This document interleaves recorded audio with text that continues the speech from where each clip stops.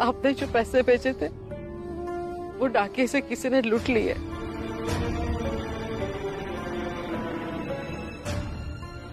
और फिर जीजा भाई ने संदेशा भिजवाया कि भीम आपको ये लिखकर भेज दे कि हमें मदद की कोई जरूरत नहीं है।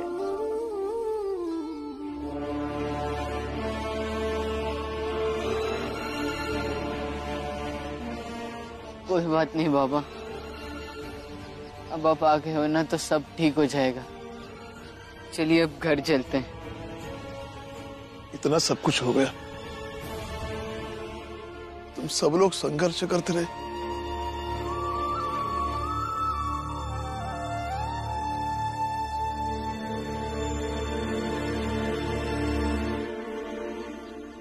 इतनी बड़ी नौबत आ गई कि मेरे बच्चों को पशु बनकर हल खींचना पड़ा और मैं तुम सबके साथ नहीं था।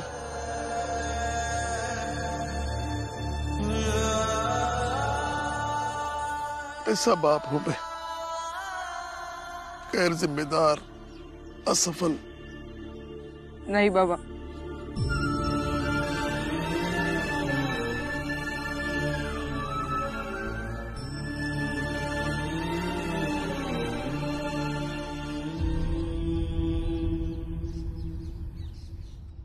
बाबा और आप वापस क्यों आ गए?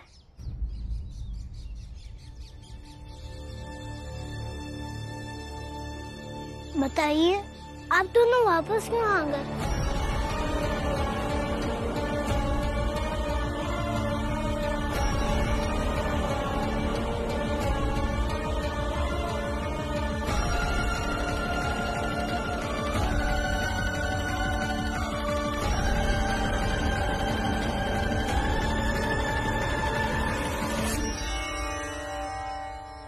चलो घर चलो। लेकिन उस बंटवारे का क्या हुआ बाबा? आप फिर से उनके साथ चले जाइए। ये जरूरी तो नहीं है ना कि कोई भी बंटवारा जिंदगी भर चलता रहे। और भीम, अगर बंटवारे की दीवार टूट कर एक होना चाहे तो उसका स्वागत करना चाहिए। बिल्कुल होना चाहिए, लेकिन दोनों पक्ष के सारे लोगों के राय से वो दीवार टूटनी चाहिए। बाबा, आप आए और ऐसे वक्त पर आए जब आपका आना हमारे लिए बहुत जरूरी था।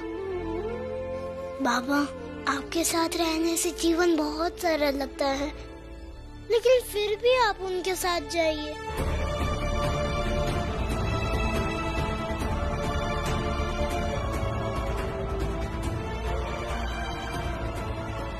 भैया, भीम भावुक हो गया है, उसकी बातों का बुरा मत मानना। चलो तुम सब लोग जाओ, मैं आता हूं। जाओ बेटा।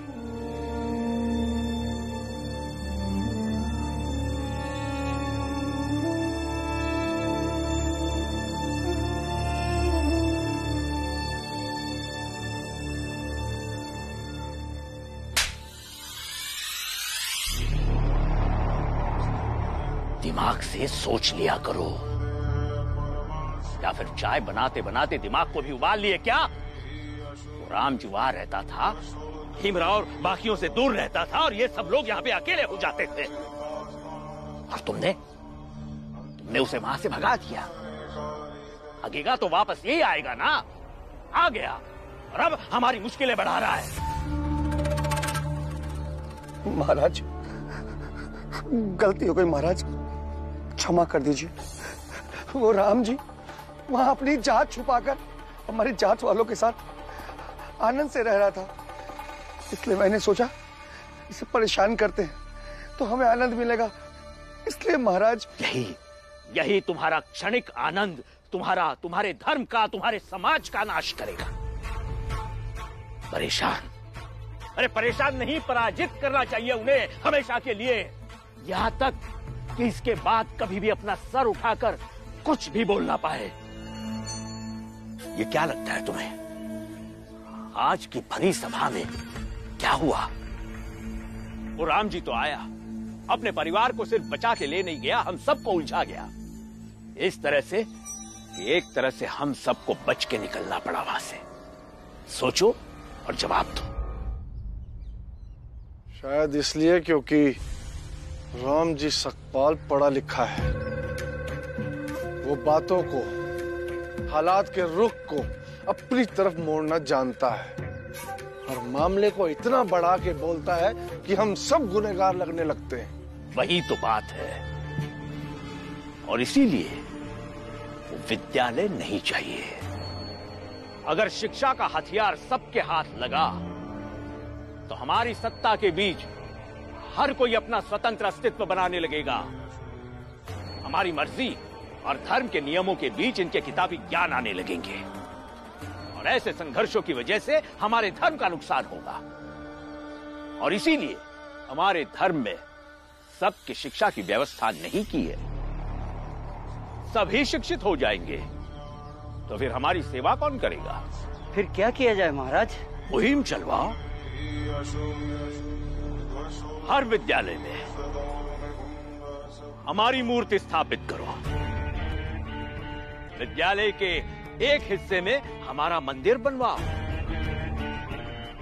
एक बार मंदिर बन जाए तो उन छोटी जाति के लोगों के लिए वहां पर प्रवेश वर्जित होगा।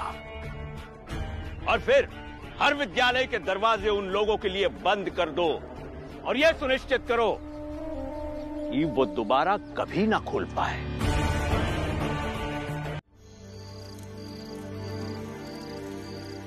अच्छा लगा तुम सब लोगों से मिलकर।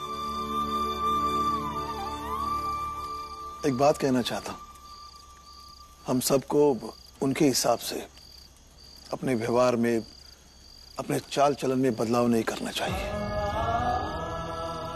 हम जैसे थे, जैसे है, वैसे ही रहेंगे। हम फर्क पड़ने नहीं देंगे कि उन्होंने कल हमारे साथ क्या किया था। एक नई शुरुआत का संकल्प लेकर ये जश्न यही समाप्त करते हैं, लेकिन साथ ही साथ में मन में ये बात बिठा कर रखते हैं कि कल से वो लोग आराम से नहीं बैठेंगे, कोई ना कोई नया नाटक जरूर शुरू कर देंगे। तो क्या हुआ राम जी, हम सब मिलकर साथ रहेंगे। अरे मिलकर सब कुछ झेल लेंगे। ये लड़ाई एक साथ लड़के ही जीती जा सकती है। चलिए हम सब भी अपने अपने घर चलते हैं। हाँ चलो। अरे आजा, आहिस्ता। जरा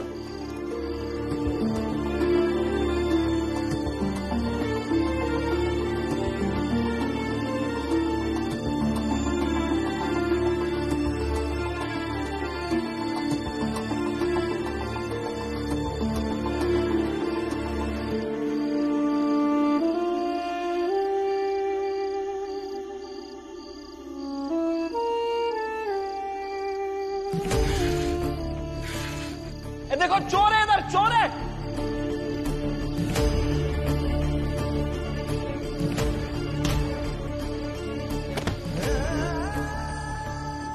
मैं इस चोर को गिन गिन कर 50 कोड़े मारना चाहता हूं। इस पंचायत के न्याय का पालन किया जाए। मारो कोड़े, इतना मारो कि हरेक के हिस्से के 50-50 कोड़े आ जाए। भीम, भीम, क्या हुआ बाला भैया? आज मुझे एहसास हुआ कि ये चोट सिर्फ मेरे नहीं है, बल्कि मेरे जात के हर व्यक्ति के हैं। मुझे इन घावों से जितनी पीड़ा हो रही है, उससे कहीं ज्यादा इस बात की पीड़ा हो रही है कि क्या हमारी जात ऐसी ही जीती रहेगी? क्या ऐसे ही हमें घसीट कर पंचायत तक ले जाया जाता रहेगा? क्या ऐसे ही कोई भी आकर हमारे चेहरे पर कालिक पोत देगा?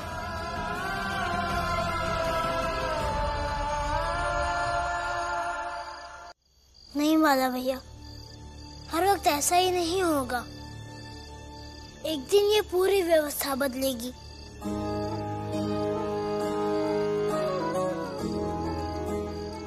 मुझे भी उम्मीद है कि सब कुछ बदलेगा और विश्वास है जिस रास्ते पर तुम चल रहे हो उसी रास्ते पर चलकर तुम्हें परिवर्तन की मंजिल मिलेगी।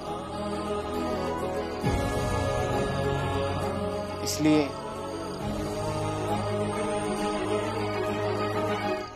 भीमराव अंबेडकर, मैं बालाराम जी सकपाल आज तुमसे ये वादा करता हूं कि तुम्हारी इस परिवर्तन की लड़ाई में मैं तुम्हारे साथ रहूंगा उम्र भर।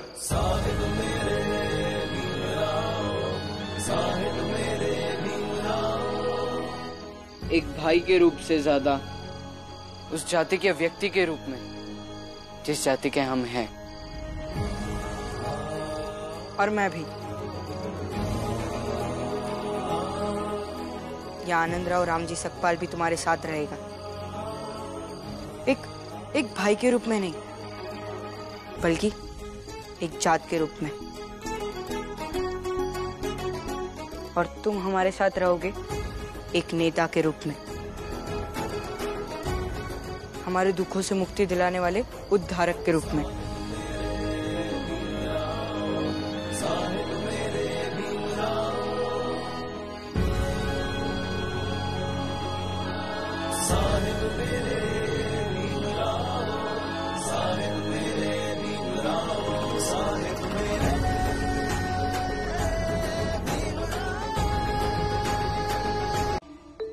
लो भीम,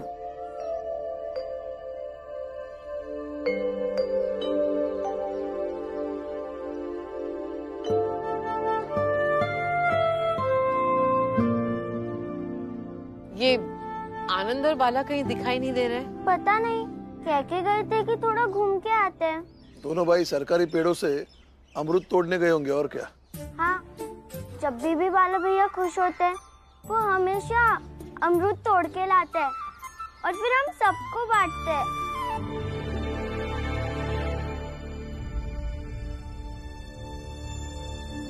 भीम, यो ना दूध। देखो, दूध पे तो लिखा नहीं होता कि दूध आई के हाथ का बना है या सौतेले आई के हाथ का। P low.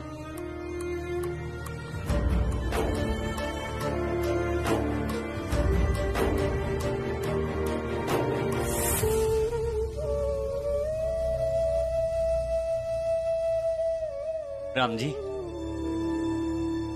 अरे ये क्या हो गया? ये खून। ये दोनों जा रहे थे, रास्ते में ऊंची जात वाले बैठे थे।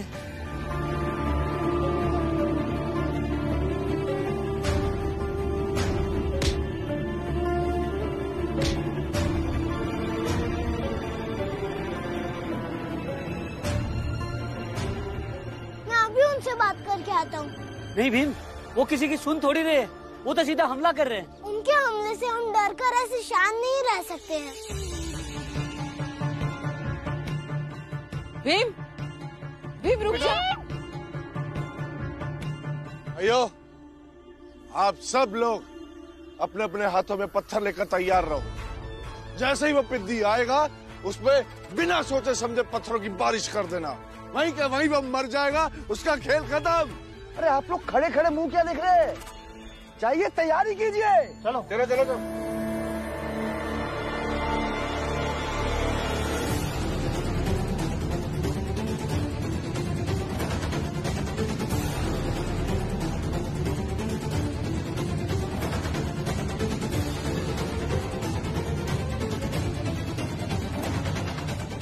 ये मौका बार बार नहीं आएगा।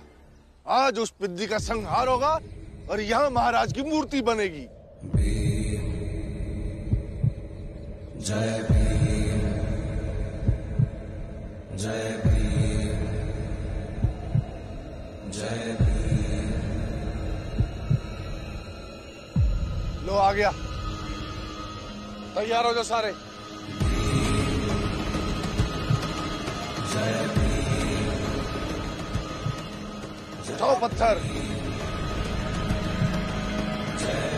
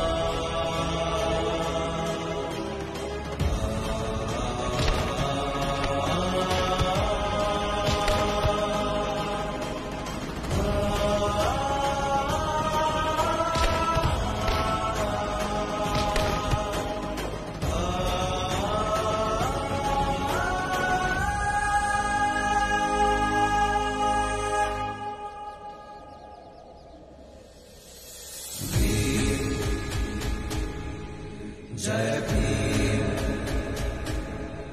साहेब मेरे भीमराव, साहेब मेरे भीमराव, साहेब मेरे भीमराव, साहेब मेरे भीमराव, साहेब मेरे भीमराव, साहेब मेरे भीमराव, साहेब मेरे भीमराव, साहेब मेरे भीमराव, साहेब मेरे भीमराव, साहेब मेरे भीमराव, साहेब मेरे भीमराव, साहेब मेरे भीमराव, साहेब मेरे भीमराव, साहेब मेरे भीमराव।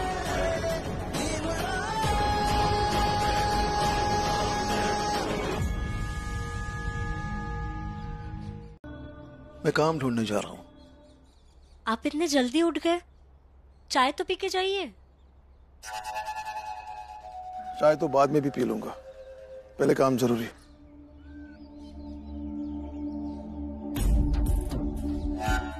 लो, निकल गया राम जी।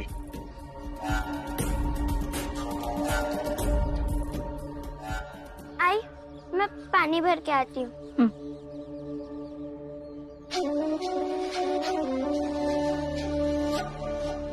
इनका रोज का है।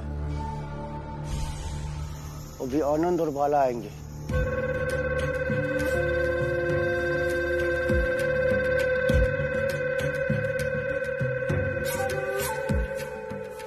अब भीमराव आएगा और वहां बाहर बैठ के पढ़ेगा।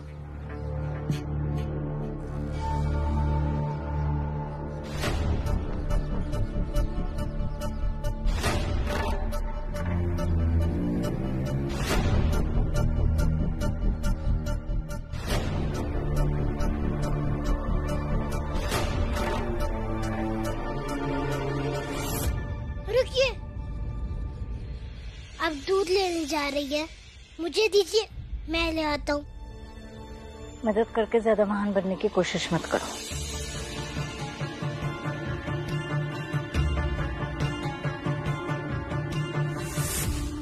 अब घर में सिर्फ एक अपाहिज बुढ़िया है। तैयार हो जाओ।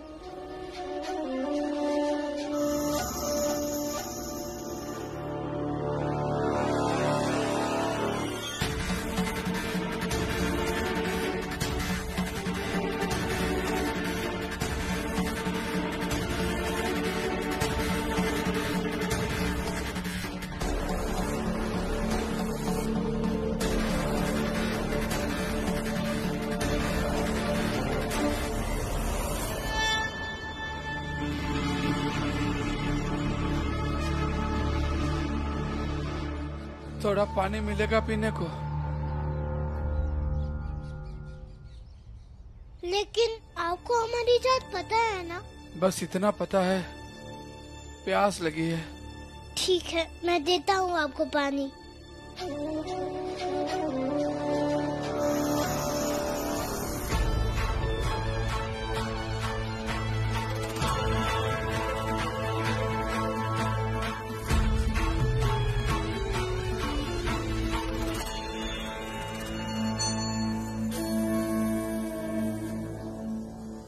ये लीजिए।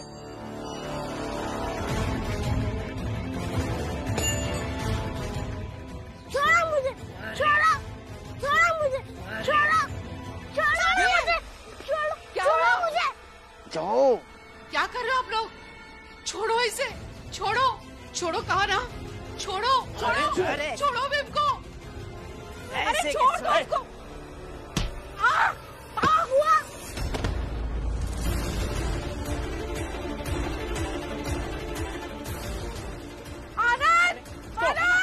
भीमराव, आज तुझे कोई नहीं बचा पाएगा।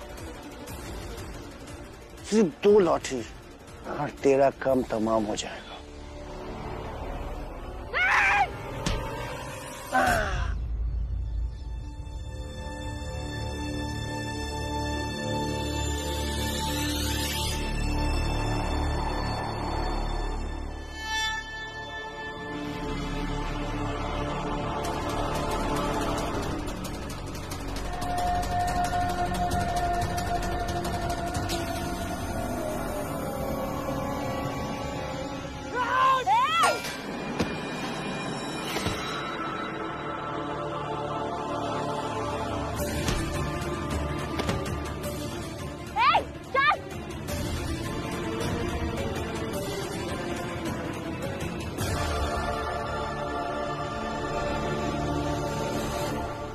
खबरदार, अगर भीम की तरफ बढ़ने की कोशिश भी की, चाहे मैं भीम की सौतेली आई हूँ, चाहे मुझे भीम पसंद हो या ना हो, चाहे वो मुझे अपनी आई मानता हो या ना हो,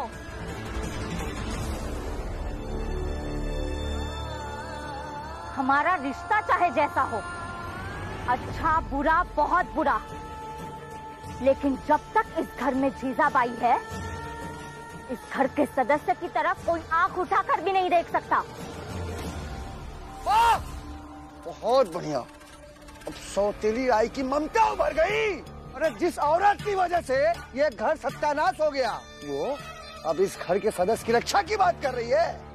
कमाल है, बहुत बढ़िया नाटक है, बहुत बढ़िया।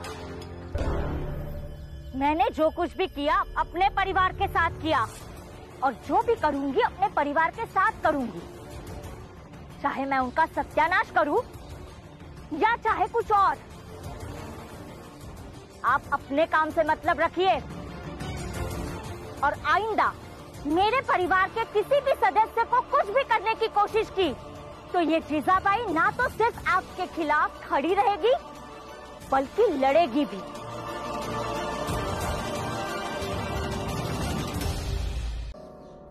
राम जी,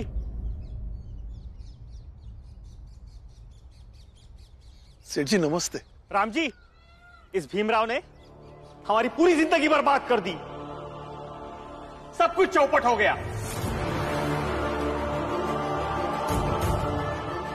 सेठ जी लेकिन क्या हुआ?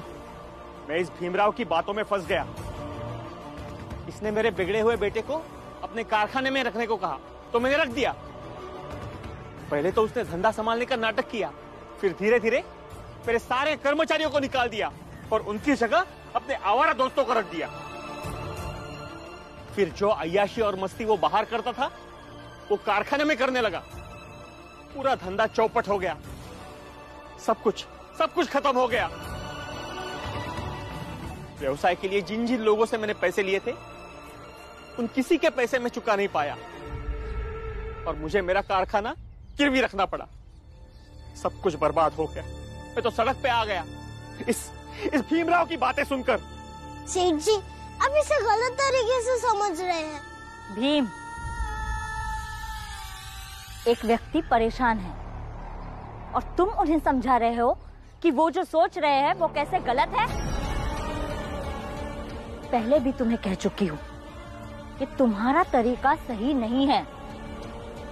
एक बिगड़े हुए बेटे के साथ भी उनका जीवन सरल ही चल रहा था, और उसी बिगड़े हुए बेटे को सुधारने के चक्कर में तुमने उन्हें सड़क पर लाकर खड़ा कर दिया।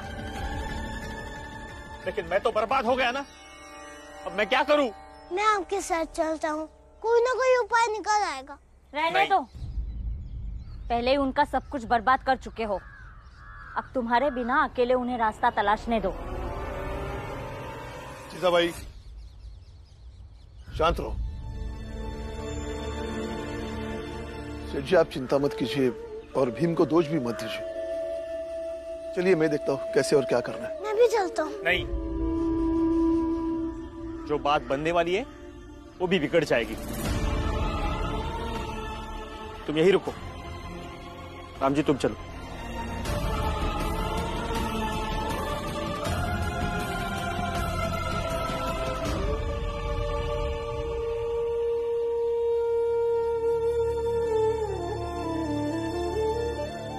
जीजाबाई, ये कौन सा तरीका है भीम को बार बार गलत साबित करने का?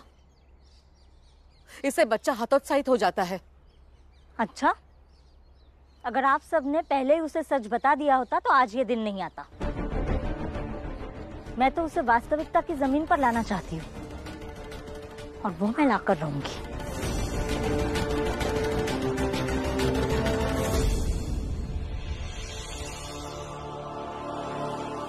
सर्वज्ञ महाराज की जय, सर्वज्ञ महाराज की जय, सर्वज्ञ महाराज की जय, सर्वज्ञ महाराज की जय। पहले सोचा था कि अकेले में चिंतन करते हैं, फिर सोचा कि सामूहिक चिंतन समागम किया जाए, जिससे सबको सामूहिक चेतना मिले। इसलिए आप सब अपनी आंखें बंद करके प्रभु को याद करेंगे। और यह कार्य इस बीच राह पर इसीलिए रखा गया है ताकि आप सबके साथ एक मुश्किल लक्ष्य हो। ये जानते हुए कि राहगीर आएंगे, राहगीर जाएंगे, फिर भी इन सब बातों की परवाह किए बिना आप सब ईश्वर का चिंतन करेंगे। तो शुरू करते हैं। जी महाराज, जी महाराज, जी महाराज, जी। तुम भी शामिल हो जाओ।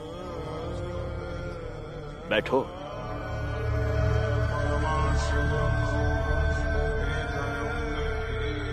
हम ये जानते हैं कि इस सामूहिक चिंतन समागम की वजह से आप सब ने आज व्रत रखा है। सुबह से कुछ खाया नहीं, पिया नहीं। हमने भी कुछ नहीं खाया, कुछ नहीं पिया। आज का ये समागम पूरा होने के बाद ये जो भोग आपने चढ़ाया है प्रसाद के तौर पर बांटा जाएगा। तो चलो अब आप सब अपनी आंखें बंद कर लो और ईश्वर का स्मरण करो।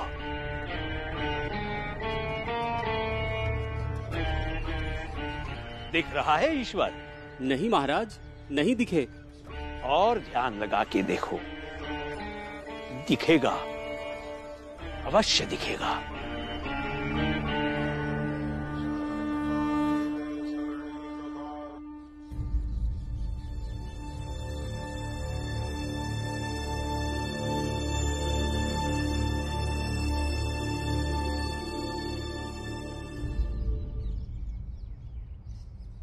ये महाराज क्या कर रहे हैं? नया नाटक है। ऐसे पाखंडी बाबा को इन लोगों के लिए रोज कुछ ना कुछ नया नाटक करना पड़ता है, नहीं तो इन्हें मानने वाले लोगों में इनकी साख नहीं बचेगी।